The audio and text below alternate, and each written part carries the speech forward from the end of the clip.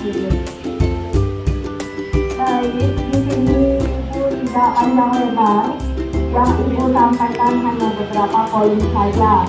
Poin yang pertama, Ibu mengucapkan terima kasih kepada ketua upacara pada hari ini sudah melaksanakan tugasnya dengan sangat baik. Terima kasih. Kemudian yang kedua, tanggung jawab kalian, kewajiban kalian setiap hari tetap harus dilakukan walaupun hari Senin mau upacara. Jadi sebelum upacara yang tiket silakan tetap tiket, silangkan nama dan silangkan ya. Jadi jangan dilepas itu tanggung jawabnya, tetap dilaksanakan. Kemudian poin terakhir yang ingin disampaikan adalah di sekolah kita ini ada budaya 5S. Apa itu? Senyum, salam, sapa, sopan, dan satu. Ibu rasa sudah ada tulisannya di mana ya? Nah, pernah baca nggak? Ya, jadi budaya 5S itu tidak hanya kalian laksanakan di lingkungan sekolah. Menyapa, senyum, lihat ibu guru dengan lain, tapi senyum, disapa atau perlu salam, mari. Assalamualaikum bagi yang muslim atau selamat pagi ibu. Jadi keadaannya pagi atau siang. Kalau siang, kita selamat siang bu. Bagi yang non muslim. Kalau yang muslim bisa ucapkan assalamualaikum atau saling cium tangan. Kemudian tidak hanya di lingkungan sekolah, tapi juga di luar lingkungan sekolah. Jangan pas di luar lingkungan sekolah ketemu bapak dan ibu guru tidak senyum, tidak ramah, malah pura-pura tidak bisa. Nah, itu yang tidak boleh. Jadi budaya 5S itu tidak hanya dilakukan di sekolah, tapi juga di luar lingkungan sekolah. Bagaimana kalau ketemu bapak ibu guru ketika kalian pulang sekolah jalan kaki, misalkan cuma mau alas rumah, ucapkan apa? Salam, boleh. Assalamualaikum bu, atau selamat siang bu, selamat siang pak, gitu ya nak ya. Jadi ketika bertemu dengan ibu guru atau bertemu dengan teman yang lainnya juga saling menyapa. Oke, terima kasih, itu saja yang mau disampaikan. Saya mohon maaf. Wabillahi taufiq wal hidayah. Wassalamualaikum warahmatullahi wabarakatuh.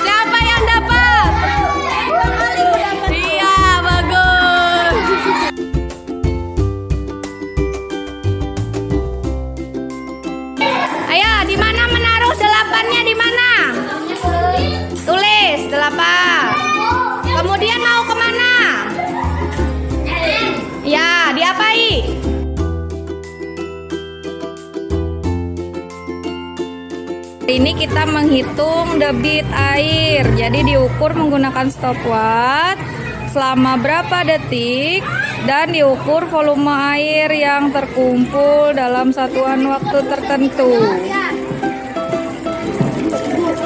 Ya.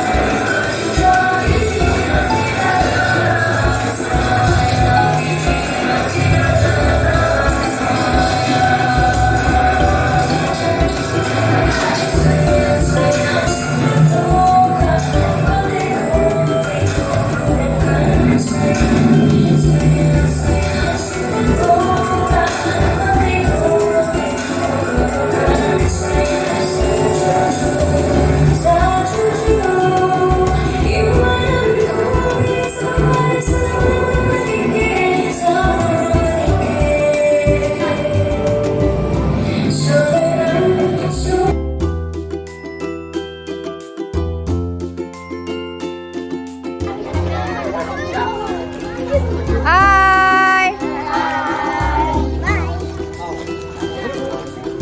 Ya. Sampai ke pojok.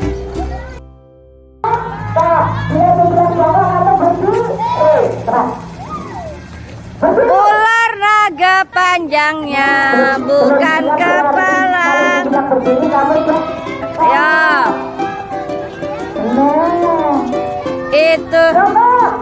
Itulah yang dicari.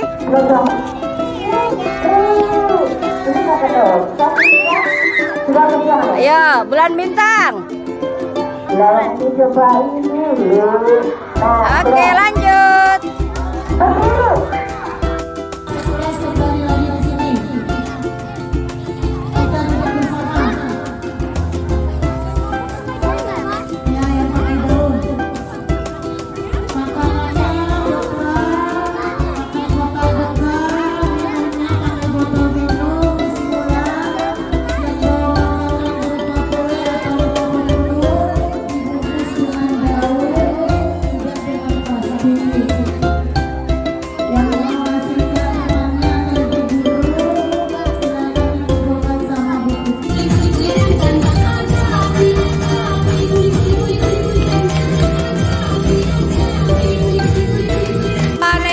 Panen raya singkong, Masya Allah. Banyak yang tertinggal nih. Nah, aja ada lagi aja yang tertinggal tuh aja patah nak. Pun, iya betul panen. Yang tertinggal loh untung. Alhamdulillah.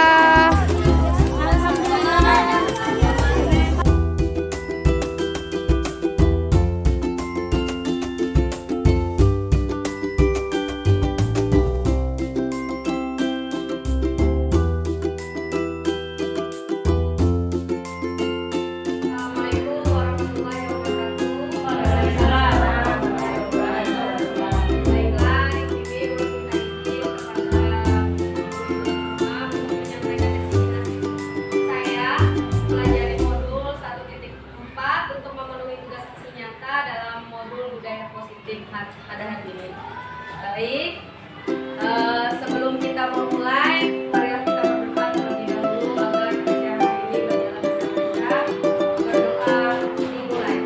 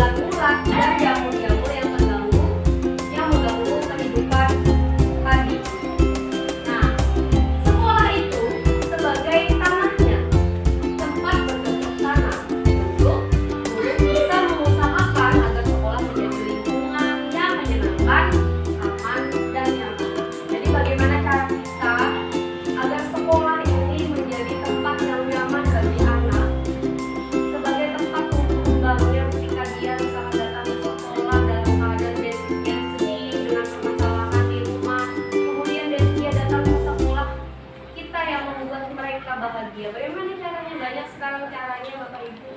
Bisa kita lihat di media sosial contoh-contoh activity yang bisa membangun semangat, menumbuhkan rasa senang, bahagia kepada anak. Nah, ya, di sini tugas kita adalah menciptakan lingkungan positif kepada anak untuk bisa anak-anak bisa saling belajar, saling bekerja sama, menanamkan nilai-nilai positif dalam diri anak. Nah, juga lingkungan yang aman dan nyaman itu akan memberikan anak itu kebebasan untuk berproses dalam belajar. Jadi gimana caranya kita agar anak-anak itu semangat belajarnya mulai dari dalam dirinya sendiri, bukan karena keterpaksaan, bukan karena keinginan orang tuanya, tapi berdasarkan dari dalam dirinya sendiri. Nah, di sini Dulu ingin menyampaikan mengenai disiplin positif dan nilai-nilai kebajikan. Nanti akan banyak sekali dari pendapat-pendapat ahli bagaimana nilai-nilai kebajikan yang harusnya kita sebagai guru tanamkan sejak dini nilai-nilai positif tersebut. Sebelumnya ulun minta 2 orang maju ke depan, silakan ibu-ibu siapa yang berkenan maju ke depan berdua saja. Ya. Ya, boleh. Siapa? Usamia sama Rizky boleh? Iya. Tidak apa-apa. Oke. Di sini saya meminta Ibu Rizky sebagai seorang yang memiliki rahasia di dalam genggaman tangannya. Rahasia yang Ibu Rizky sangat tidak ingin orang lain mengetahui apa itu. Jadi digenggam di tangannya. Sedangkan Bu Salmia adalah seseorang yang ingin sekali mengetahui rahasia itu. Jadi Ibu Salmia ini akan berusaha gimana caranya membujuk kah, merayu kah, atau dengan usaha memaksa misalkan agar rahasia yang Ibu Rizky miliki dapat diketahui oleh Ibu Salmia. Jadi Ibu Salmia ini membujuk, ayo dong dibuka genggaman tangannya. Tapi itu tergantung dengan Bu Rizky. Apakah Bu Rizky menyerah dengan bujukan Bu Salmia atau tetap bertahan untuk tetap menggenggam dan menyimpan rahasia yang dimiliki oleh Ibu. Baik, silakan dimulai. Ibu Salmia boleh bujuk saja Ibu Rizky bagaimana untuk membujuk Ibu Rizky. Ceritanya menggenggam tangannya. Kemudian Ibu Salmia membujuk nih supaya Ibu Rizky mau membuka tangannya. Iya.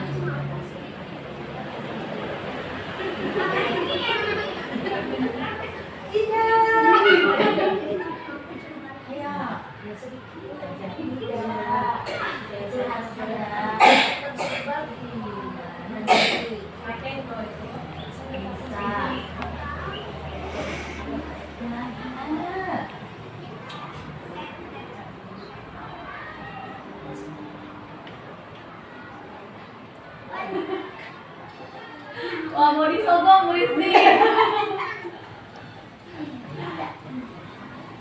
Tidak. Wow. Oke, tepuk tangan lagi untuk Ibu Salmia. Baiklah. Di sini coba Bapak Ibu perhatikan. Yang A, Anda adalah A. Tugas Anda adalah mengepalkan salah satu tangan Anda. Coba Anda bayangkan bahwa Anda menyimpan sesuatu yang sangat berharga dalam kepalan tangan Anda. Kemudian tugas Bapak B-nya adalah mencoba dengan segala cara membuka kepalan tangan. Kemudian cobalah lakukan kegiatan tersebut. Kemudian di sini ada pertanyaan. Apakah tadi Ibu Rizky mau membuka kepalan tangannya? Tidak. Siapa yang menentukan apakah Ibu Rizky membuka atau tetap bertahan dengan kepalan tangannya? Ibu Rizky sendiri. Nah, seperti itu juga dengan anak murid kita. Sebenarnya peraturan yang ada di sekolahan kita ini, anak murid itu belum tentu dia ingin menuruti, belum tentu. Jadi sebenarnya dia yang mengizinkan kita untuk memaksakan mereka mematuhi peraturan. Entah itu dalam keadaan terpaksa, entah itu memang mereka senang sendiri. Tapi yang menentukan mereka mengikuti peraturan yang kita berikan di sekolah itu adalah diri mereka sendiri. Jadi sebenarnya ketika kita di kelas nih, sebagai guru ya, di kelas kita ingin anak itu kita suruh misalkan, ayo kerjakan tugas. Sebenarnya mereka yang berhak mengikuti kah atau tidak mengikuti, tapi mereka sendiri yang membiarkan kita untuk mengatur mereka. Jadi sebenarnya sama seperti kayak Ibu Risni tadi mengepalkan tangannya, begitu juga dengan anak murid kita. Jadi anak murid kita itu sebenarnya kalau kita memiliki peraturan di sekolahan, bukan dipaksakan untuk mengikuti peraturan tersebut, tapi tanamkan kepada diri mereka bahwa peraturan yang ada dalam sekolahan kita itu adalah tujuannya untuk kebaikan buat mereka. Nah, di teori disiplin. Nah, kalau kita mendengar kata disiplin itu kayaknya ketidaknyamanan ya timbul. Kalau misalkan orang tersebut tidak terbiasa untuk melaksanakan disiplin. Jadi di sini disiplin positif itu lebih daripada kita menaati peraturan. Lebih daripada itu. Jadi di sini tujuannya yaitu menanamkan motivasi kepada siswa-siswa kita untuk menjadi orang yang mereka inginkan. Jadi bukan yang kita inginkan, yang mereka inginkan. Bagaimana caranya? Kita dengarkan mereka. Apa yang mereka inginkan? Pagi itu ibu-ibu kita bisa memulai pelajaran. Sebelum memasuki pelajaran kita tanyakan dulu kepada anak-anak kita, gimana perasaan anak-anak kita pada hari ini? Apakah dari pagi mereka datang sebelum ke sekolah ada dimarahin orang tua, atau ada merasa sedih dengan sesuatu hal, atau apa? Jadi kita kenali dulu kondisi anak sebelum memulai pelajaran. Itulah pentingnya agar apa?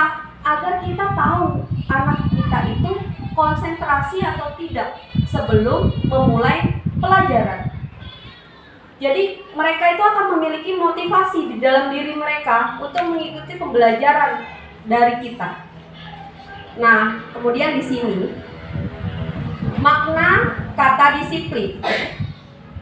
Dalam pendapatnya Bapak Pendidikan kita Ki Hajar Dewantara, bahwa di mana ada kemerdekaan, disitulah harus ada disiplin yang kuat.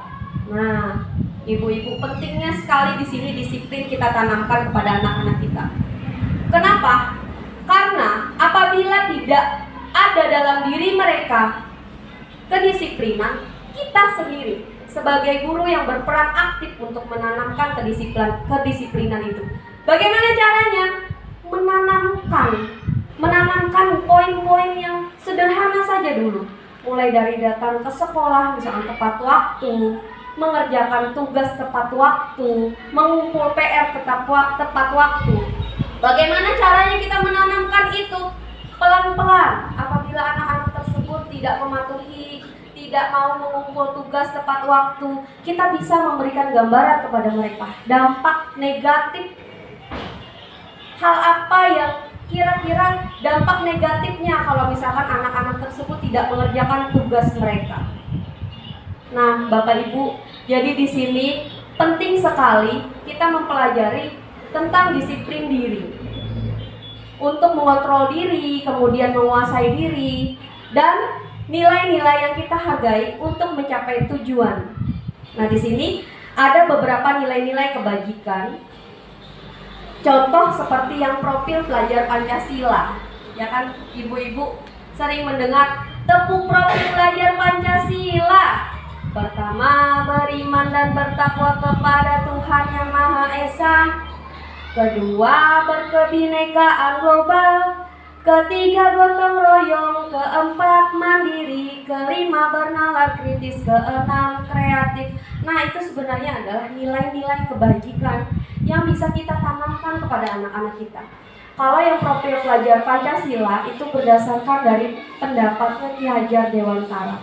Kemudian ada lagi pendapat dari yang lain seperti rasa hormat, integritas. Selain yang mandiri, kan mandiri sudah ada juga di profil pelajar Pancasila.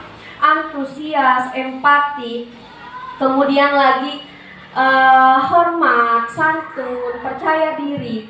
Banyak sekali nilai-nilai kebajikan yang bisa kita tanamkan kepada anak-anak kita setiap harinya.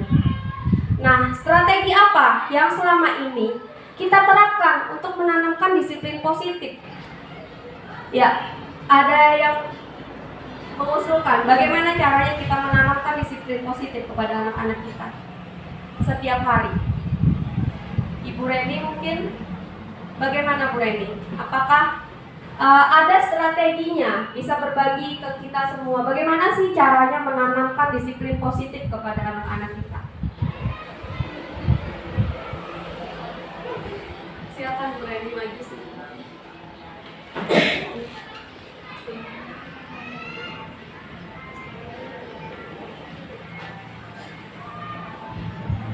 Assalamualaikum warahmatullahi wabarakatuh. Waalaikumsalam warahmatullahi wabarakatuh.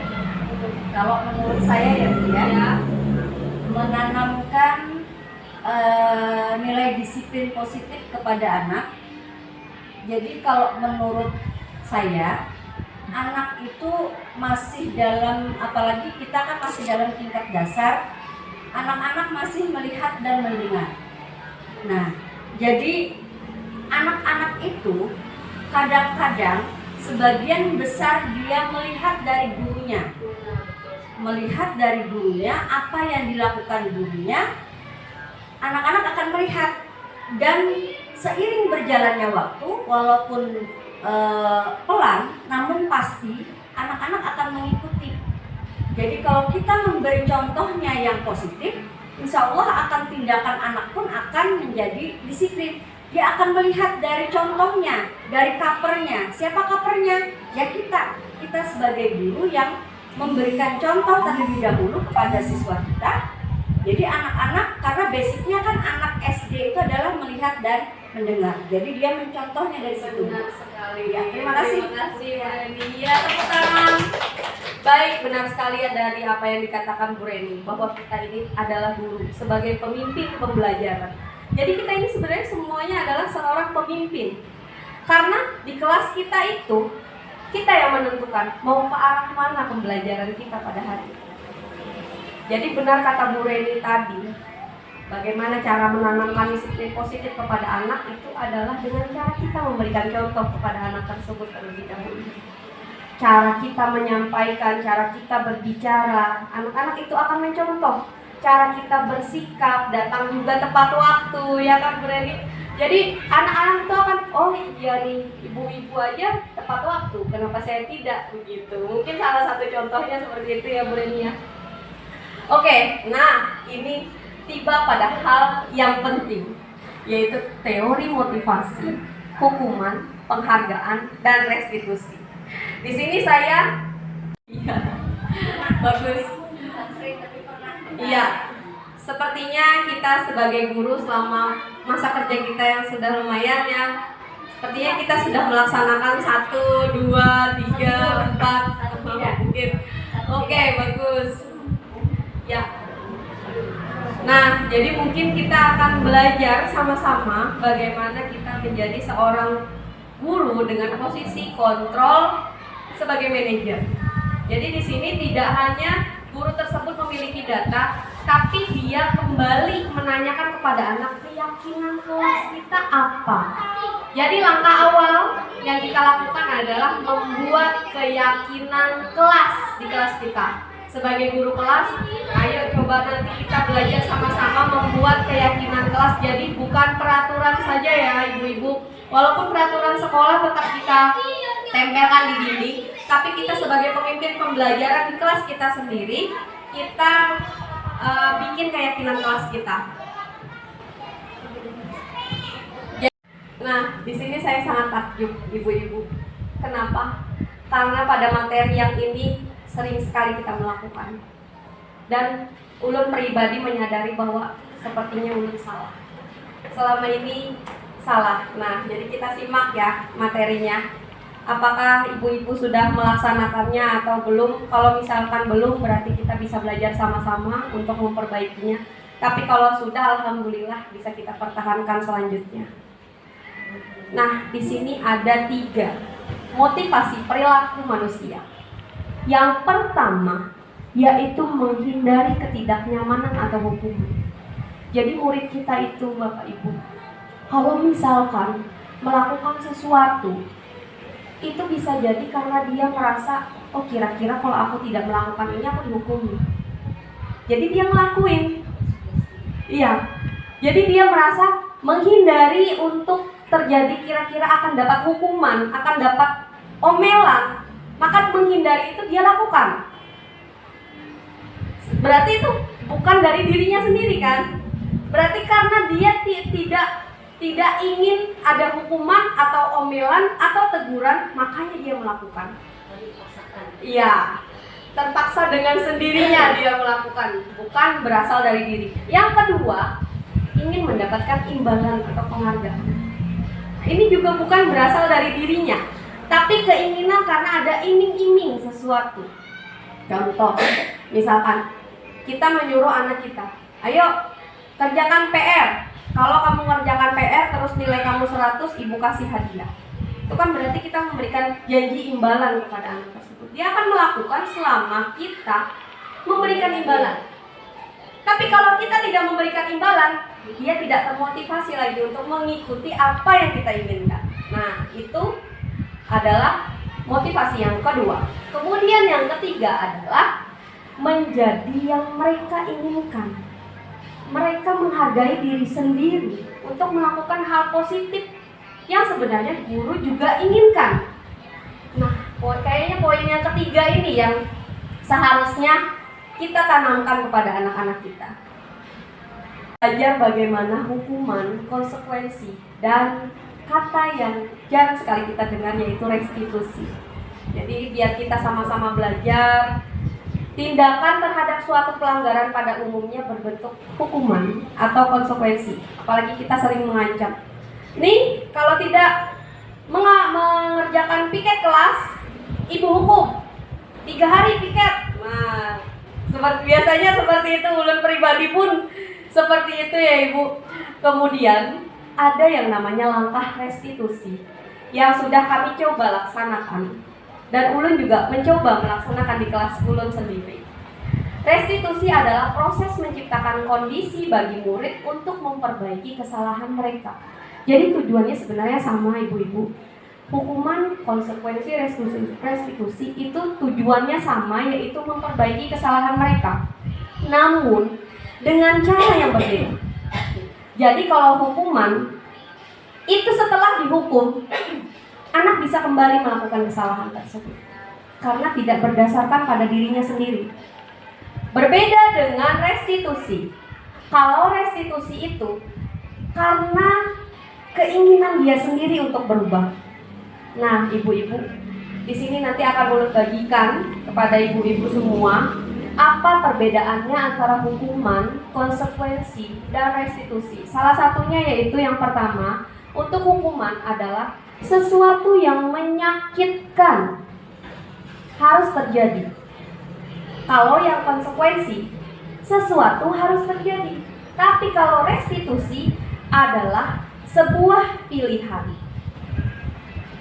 Nah, ibu-ibu semua, jadi di sini akan ulun bagikan nanti bagaimana langkah-langkah restitusi agar menciptakan sebuah fenomena yang sangat ingin kita laksanakan, yaitu disiplin positif. Dengan kata yang singkat, mudah diingat, dan tidak banyak. Paling 5 lah. Tapi yang kira-kira sering dilakukan oleh siswa, kira-kira yang biasanya anak-anak itu sering melanggarnya apa. Jadi kita bikin itu dengan kesepakatan sama-sama. Kita tanyakan dulu kepada anak kita, nih kira-kira bikin keyakinan kelasnya apa ya? Jadi contohnya, analoginya seperti ini Bu-Ibu. Kita mau minum obat. Mau minum obat itu ada aturan pakainya. Minum 3 kali sehari 1 sendok misalkan contoh. Tidak hanya itu, tidak hanya peraturan itu, tapi juga keyakinan. Kira-kira kalau minum obat ini sembuh. Jadi kita harus memiliki keyakinan dulu sebelum kita meminum obat. Itu sugestinya harus ada, itu kesembuhan dari 50% ibu-ibu. Kalau kita meminum obat, keyakinan kita terhadap obat itu sudah, oh kira-kira minum obat ini udah disembuh nih, bismillah, itu dari 50% kesembuhan. Nah seperti itu juga dengan keyakinan kelas kita. Kita bikin keyakinan kelas, itu langkah pertama, baru kita bisa melaksanakan posisi kontrol. Paling tidak belajar dulu sedikit pelan-pelan sebagai posisi kontrol manager kalau bisa. Ya, itu saja yang mau lo sampaikan. Kalau misalkan ada pertanyaan, ibu-ibu boleh bertanya dulu, silahkan.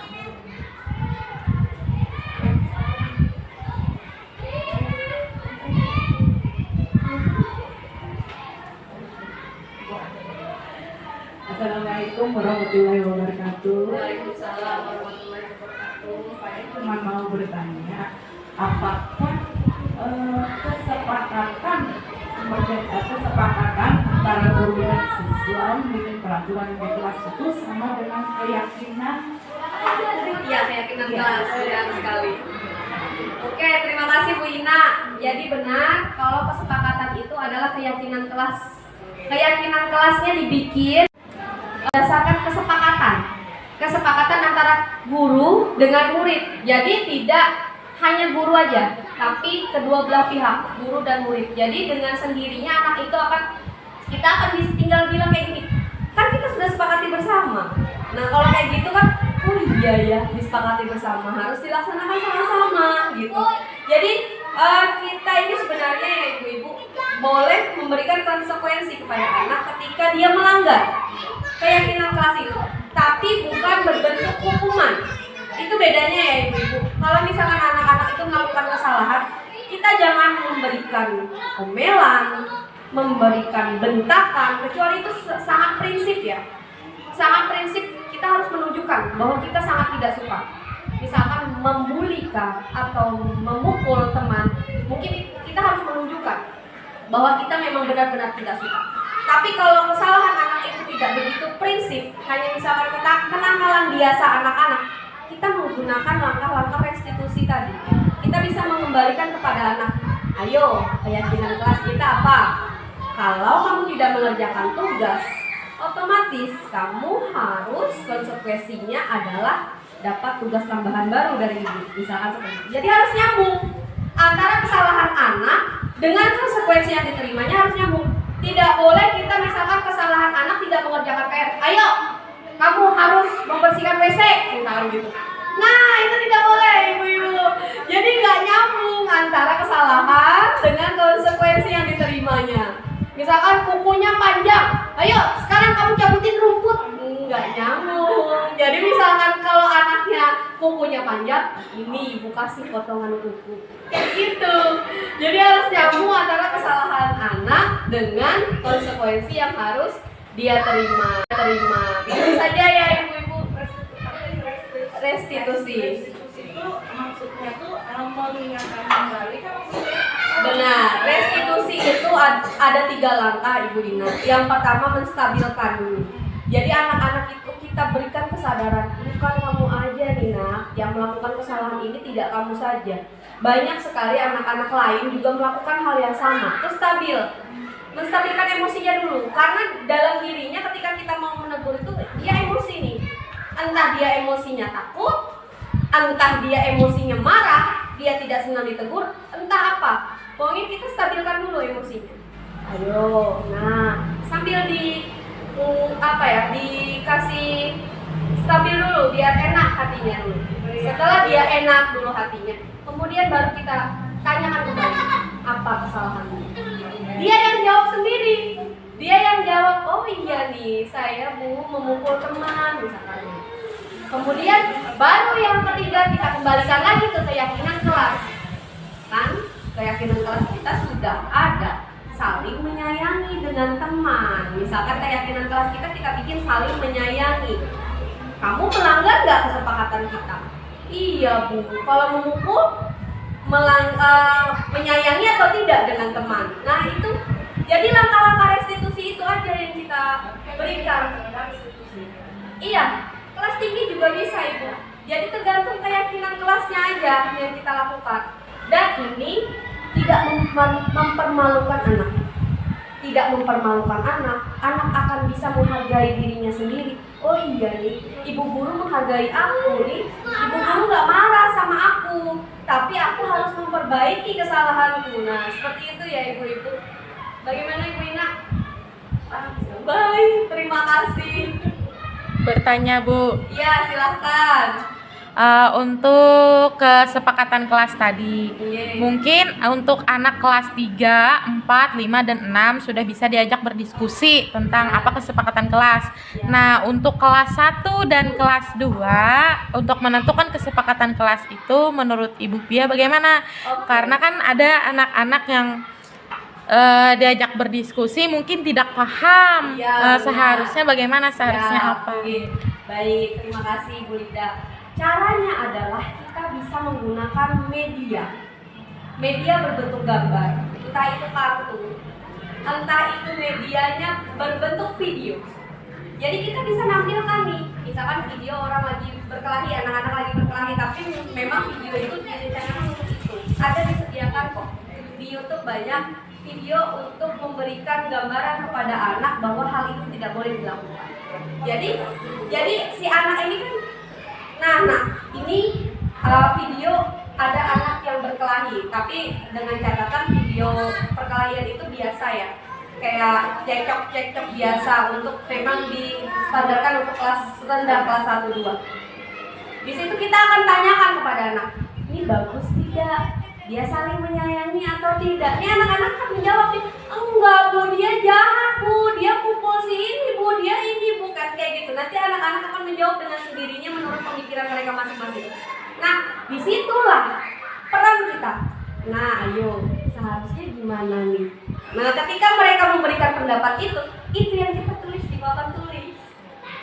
Poin-poin itu kita tulis di papan tulis sampai yang kita inginkan semuanya sudah tertulis. Jadi sebelumnya kita udah punya konsep duluan Ibu. Sebelum kita bikin keyakinan kelas, kita udah punya konsep kira-kira keyakinan yang mau kita lakukan, kita mau tulis apa aja. Jadi gurunya harus punya konsep duluan. Setelah anak-anak terpancing dengan apa yang kita inginkan, ceritanya mereka yang bikin, padahal kita yang memancing supaya masuk ke dalam tujuan kita di awal. Jadi kayak gitu ya Bu Lida ya. Jadi caranya kalau untuk anak-anak kelas rendah itu gunakan media. Entah media gambar, banyak kan ya di internet tuh media gambarnya. Kemudian kita bisa tempel dalam bentuk kartu. Kita tampilkan boleh, nggak perlu harus video misalnya. Gitu aja. Ada lagi yang ditanyakan ibu-ibu? Baik, terima kasih sudah mendengarkan diseminasi saya hari ini. Terima kasih, semoga bermanfaat untuk kita melaksanakan tugas ke depannya. Wassalamualaikum warahmatullahi wabarakatuh. Assalamualaikum warahmatullahi wabarakatuh. Baik, terima kasih atas kesempatannya. Pada kali ini saya akan menyampaikan terkait diseminasi yang sudah disampaikan oleh Ibu Lutfiah Hakasa terkait budaya positif. Yang saya pahami di sini adalah budaya positif itu sangat penting dilakukan di sekolah, seperti disiplin, lalu bagaimana menciptakan suasana yang nyaman di kelas dan juga di sekolah, karena budaya positif itu sangat mempengaruhi nantinya terhadap pembelajaran. Nah, dari budaya positif itu maka pembelajaran itu akan terasa nyaman dan akan lebih efektif. Yang selanjutnya yang saya pahami dari apa yang disampaikan oleh Ibu Lutfiah Hakasa adalah terkait perbedaan antara hukuman dan konsekuensi. Jadi kedepannya mungkin saya akan lebih terkonsentrasi kepada konsekuensi, bukan kepada hukuman. Selanjutnya saya juga akan mengarahkan anak-anak nanti untuk membuat keyakinan kelas. Jadi tidak hanya aturan yang kita berikan kepada siswa, tetapi bagaimana kita membuat sebuah kesepakatan kelas agar siswa itu juga dapat bertanggung jawab nantinya terhadap apa yang menjadi kesepakatan mereka. Jadi diharapkan anak-anak itu tidak terbebani dengan adanya aturan, tetapi aturan itu berasal daripada kesepakatan yang mereka buat sendiri. Baik, selanjutnya yang saya pahami terkait paparan yang disampaikan oleh Ibu Lutfiah Hakasa terkait 5 posisi kontrol, yakni yang pertama kontrol sebagai teman, kontrol sebagai manajer, kontrol sebagai pembuat rasa bersalah, kontrol sebagai penghukum, dan kontrol sebagai pemantau. Yang saya pahami di sini adalah kontrol yang terbaik itu adalah kontrol sebagai manajer, karena selama ini di sekolah kontrol sebagai penghukum itu yang mungkin seringkali dilakukan di sekolah.